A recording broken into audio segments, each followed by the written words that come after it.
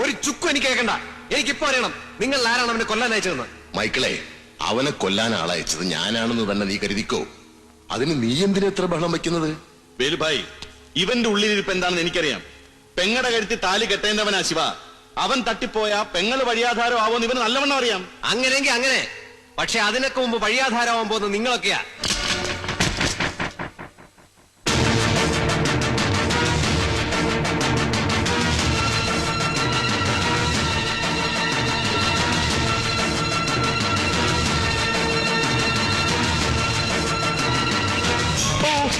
ഒന്നിയുടെ മോനെ, നിനക്കെന്നെ കൊല്ലണോ അല്ലേ? ശിവ, നിനക്കെന്നല്ല, ഈ ഇരിക്കുന്ന ഒരു ചെറ്റകൾക്കോ സാധിക്കില്ല. എന്നെ കൊല്ലാൻ കൊടുത്തുവിട്ട ആയുധം സ്വന്തം നെഞ്ചിലേക്കിപ്പോ ബൂമറാങ് പോലെ തിരിച്ചു വന്നിരിക്കുക. ശിവ വേണ്ട. വേണം. പണ്ടൊരിക്കൽ എന്നോട് പണം എണ്ണി വാങ്ങുമ്പോ നീ പറഞ്ഞ ഓർമ്മയുണ്ടോ? ദൈവനിശ്ചയം പോലെയാണ് നാം ഒരുമിച്ചതെന്ന്. അന്നൊന്നുകൂടി തീരുമാനിച്ചിരുന്നു. എന്റെ കൈ കൊണ്ടാ നിന്റെ അന്ത്യമൊന്നും. വേണ്ടത് പറ പ്ലീസ്.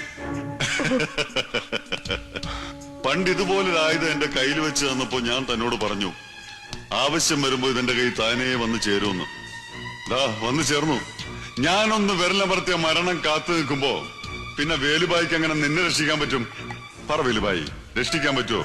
ശിവ, നീ എന്നെ തെറ്റിദ്ധരിച്ചിരിക്കുകയാണ്. നിന്നെ കൊല്ലാൻ ശ്രമിച്ചത് ഞാനല്ല. അല്ലെന്ന് ഇവൻ പറയട്ടെ. പറടാ, ആരാ എന്നെ കൊല്ലാൻ അയച്ചത്? അത് പറയാൻ. അത് വേലുബായും ആന്റണി സാറും പറഞ്ഞിട്ട്. ആന്റണി, നിനക്ക് കൊണ്ട് ഇതിലൊരു ബുള്ളറ്റ്. നിന്റെ പഴയ റൂട്ട് മാപ്പ് തപ്പിയാ കിട്ടുന്ന ശിവ എന്ന പാവം പയ്യനല്ലേ പറയുന്നത്? ശിവ, നിന്നോട് ചെയ്തതെല്ലാം തെറ്റാണെന്ന് എനിക്കറിയാം. എല്ലാത്തിനും നിന്നോട് ഞാൻ മാപ്പ് ചോദിക്കാം. മാപ്പോ? അങ്ങനെ ഒരു മാപ്പിൽ ഒതുങ്ങുന്നതല്ലോ ആന്റണി കാര്യങ്ങള്.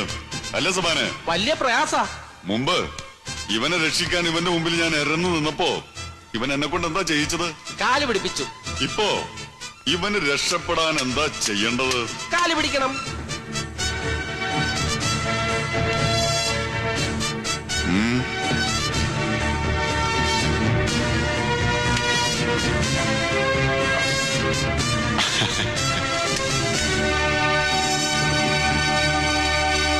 സ്വന്തം ഉയർച്ചയ്ക്ക് വേണ്ടി പെങ്ങളെ പോലെ കരുതിയവളെ പിഴപ്പിച്ച് വളർന്ന ചരിത്രം ശിവയ്ക്കില്ല. അപ്പന്റെ ശവം വിറ്റ പണം കൊണ്ടല്ല ശിവ കളിച്ചു തുടങ്ങിയത്. You catch my point. Shiva, ഇവരെല്ലാരും കൂടെ എന്നെ ചതിക്കായിരുന്നു. ഇനി ഞാനുണ്ട് നിന്റെ കൂടെ. കതറിട്ട് വെള്ളപൂശി പക്ഷം മാറി മാറി ഇരകളെ തമ്മിലടിപ്പിച്ച് വളരാൻ ഇനിയും നീ ഉണ്ടാകരുത്. ഔദാര്യം പോലെ ഞാൻ ഇട്ടു തന്നാ നിന്റെ ഈ ജീവിതം. എന്നിട്ടും മരണം എരന്ന് വാങ്ങാനാ നിന്റെ വിധി. ശിവ,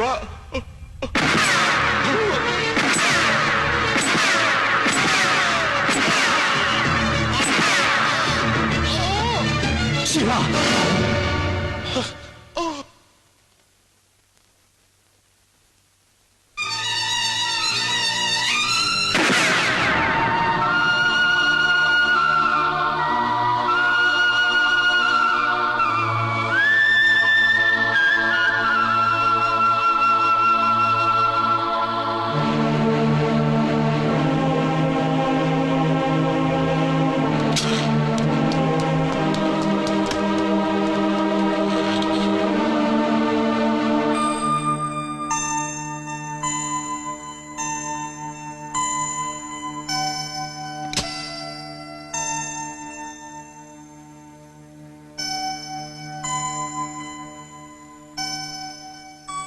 ശിവ,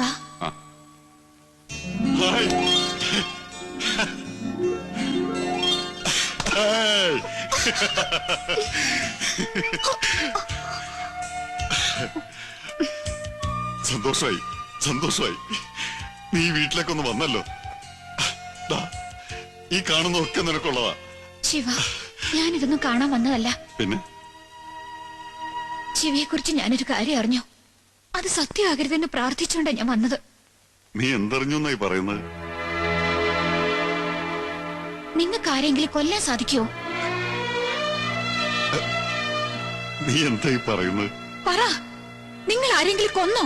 ജൂലി, നീ എന്ത് ഭ്രാന്തായി പറയുന്നത്?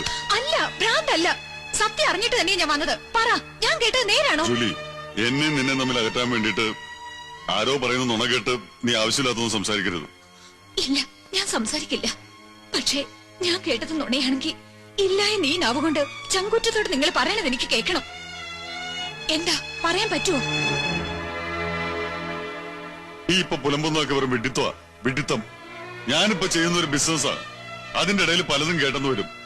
അതൊക്കെ വിശ്വസിച്ചിട്ട് എന്നെ ചോദ്യം ചെയ്യാൻ ഇറങ്ങിയാല് ചിലപ്പോ തകരുന്ന നമ്മുടെ ബന്ധമായിരിക്കും. അതുകൊണ്ട് ജൂലി, നീ ഇപ്പൊ പോ. ഇല്ല, സത്യം അറിഞ്ഞിട്ട് ഞാൻ പോകുന്നുള്ളൂ. ഇല്ലെങ്കിൽ നിങ്ങൾക്ക് എന്നെ കൊല്ലേണ്ടി വരും. ജൂലി, പറ, നിങ്ങൾ ആരെങ്കിലും കൊന്നോന്ന്?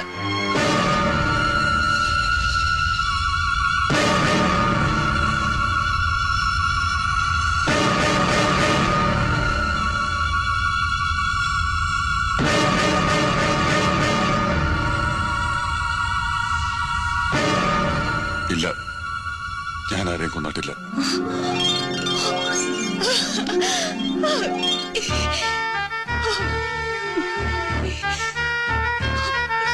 മതി, എനിക്കത് കേട്ടാ മതി.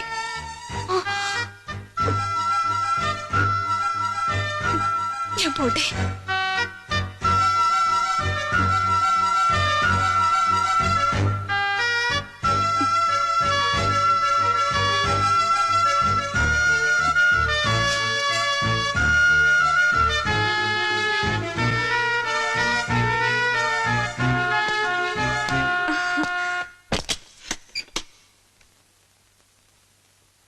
ഇനി ഒരു നിമിഷം ഞാൻ ഇവിടെ നിൽക്കില്ല. സബാന, നിനക്ക് നിന്നെ തന്നെ നഷ്ടപ്പെട്ടു പോയി.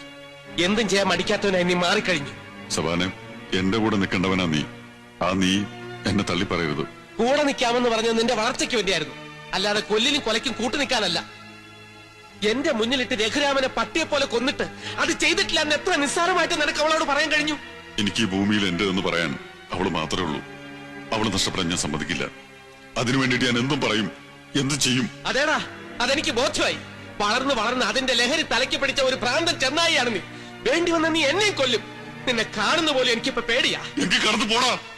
5 ലക്ഷം രൂപ എന്നതിന്റെ ബലത്തിലാണ് നീ ഇവിടെ നിന്ന് സംസാരിക്കുന്നതെങ്കില് മുതലും പലിശ അടക്കം കൊടുത്തോ, കൊണ്ടുപോ. എന്നെ ഉപദേശിക്കാനോ ഒന്നാക്കാനോ ഇനി ഒരു നിമിഷം ഇവിടെ നിൽക്കരുത്.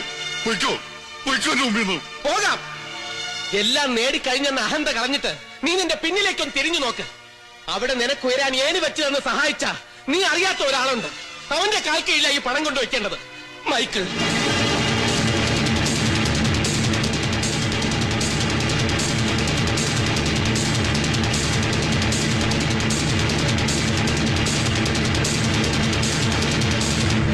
ശത്രുവാണെന്നറിഞ്ഞിട്ടും ഉള്ളിന്റെ ഉള്ളിൽ നിന്നോടുള്ള സ്നേഹം ഒളിപ്പിച്ചു വെച്ച് ഒരിക്കലും നീ ഇതറിയരുതെന്ന് പറഞ്ഞ് അവനാണ് എന്റെ കയ്യിൽ ആ പണം തന്നുവിട്ടത്. പക്ഷെ അവന് കൊടുത്ത വാക്ക് തെറ്റിച്ച് എന്നെ കൊണ്ടിത് പറയിപ്പിക്കാൻ മാത്രം ക്രൂരനായി നീ മാറി. ഇനി നീ എന്ന് പഴയ ശിവയായിട്ട് മാറുന്നോ അന്നേ നമ്മൾ തമ്മിൽ കാണും.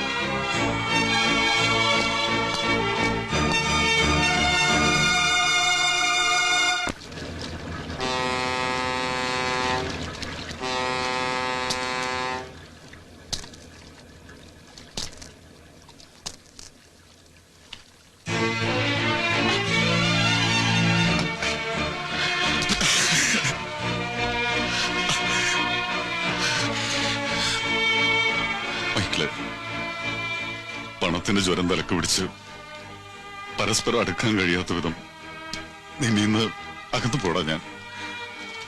നീ എന്നോട് ക്ഷമ ചോദിക്കാൻ മാത്രം നീ എന്നെ നകന്നു എന്ന് ആരാടാ പറഞ്ഞത്? അകന്നിട്ടില്ല. വളരുന്നതിനിടയിൽ ഒരു കൊച്ചു പിണക്കം, അത്രേ നമ്മൾ തമ്മിൽ ഉണ്ടായിട്ടുള്ളൂ.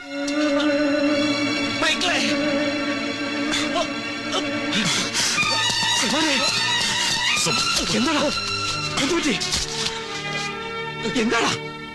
ആന്റണിയും വേലുവായും കൂടെ ജൂലിയെ തട്ടിക്കൊണ്ടുപോയി. തടയാൻ നോക്കിയെങ്കിലും എനിക്ക് പറ്റിയില്ല. പോയി എങ്ങനെയെങ്കിലും ജൂലിയെ രക്ഷിക്കാൻ നോക്കും. എന്റെ കാര്യം നോക്കണ്ട. ചെല്ലടാ.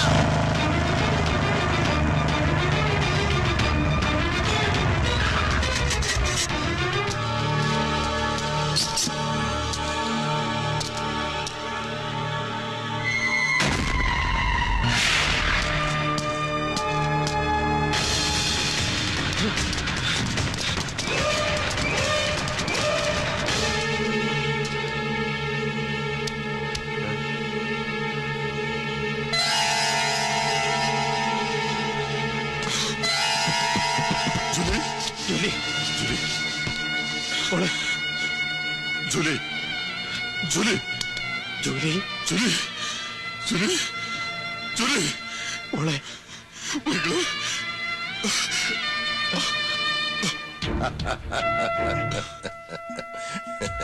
രണ്ടുപേരും കൂടിച്ചേർന്ന അത്യപൂർവമായ കാഴ്ചയ്ക്ക് സാക്ഷികളാകാൻ വന്നതാണ് ഞങ്ങൾ.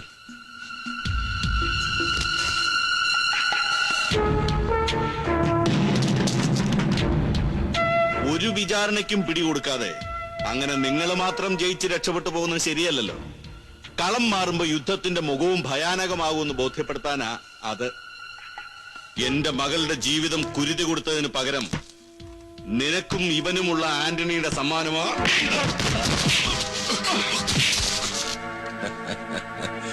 എന്റെ ശിക്ഷണത്തിൽ അനുസരണയോടെ വളർന്നവൻ എന്റെ ശത്രുവായി. It's okay.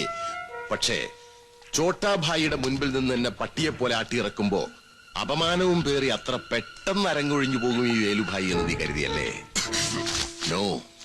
നിന്റെയും ഇവന്റെയും രക്തം കൊണ്ട് മുംബൈ ദേവിക്ക് ഒരു കലശാഭിഷേകം നടത്തിയിട്ടേ ഈ തങ്കവേലുവിന് ഇനി മടക്കമുള്ളടാ പാട്ടി.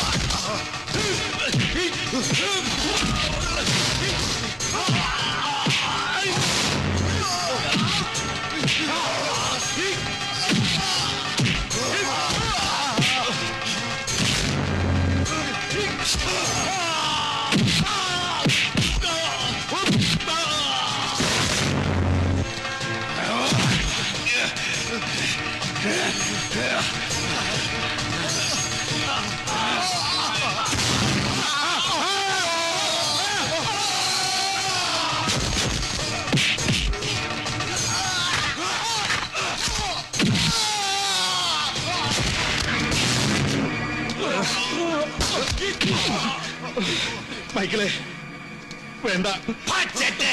ഒരു തെറ്റും ചെയ്യാത്ത എന്റെ പാവം പെങ്ങളെ ഇഞ്ചിഞ്ചായി കൊന്നില്ലേ നീ?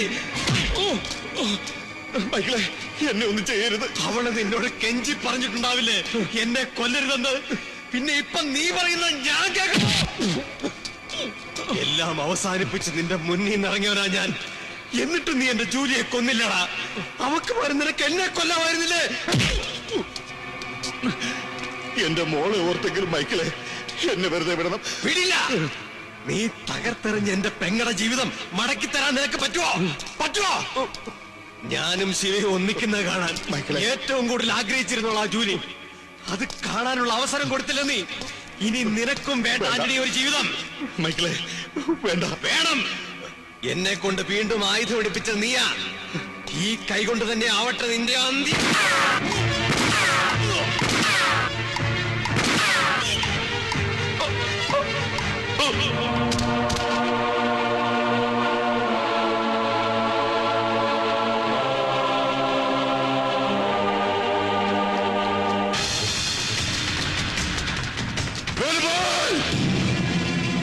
മുംബൈ ദേവിക്ക് സ്വന്തം രക്തം കൊണ്ട് കലശാഭിഷേകം നടത്താനാ നിന്റെ വിധി.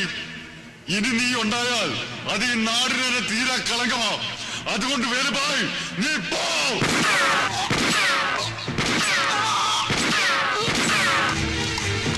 ശിവ,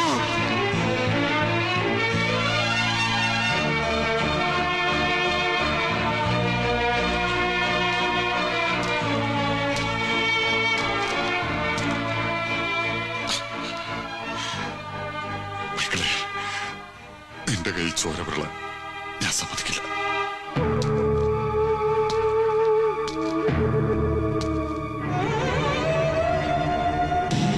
മൂന്നാല് കറമ്പന്മാരുടെ അമ്മയായി ഞാൻ ഇവിടെ ഹാപ്പി ആയിട്ട് കഴിഞ്ഞോളാം എന്റെ പൊന്നെ.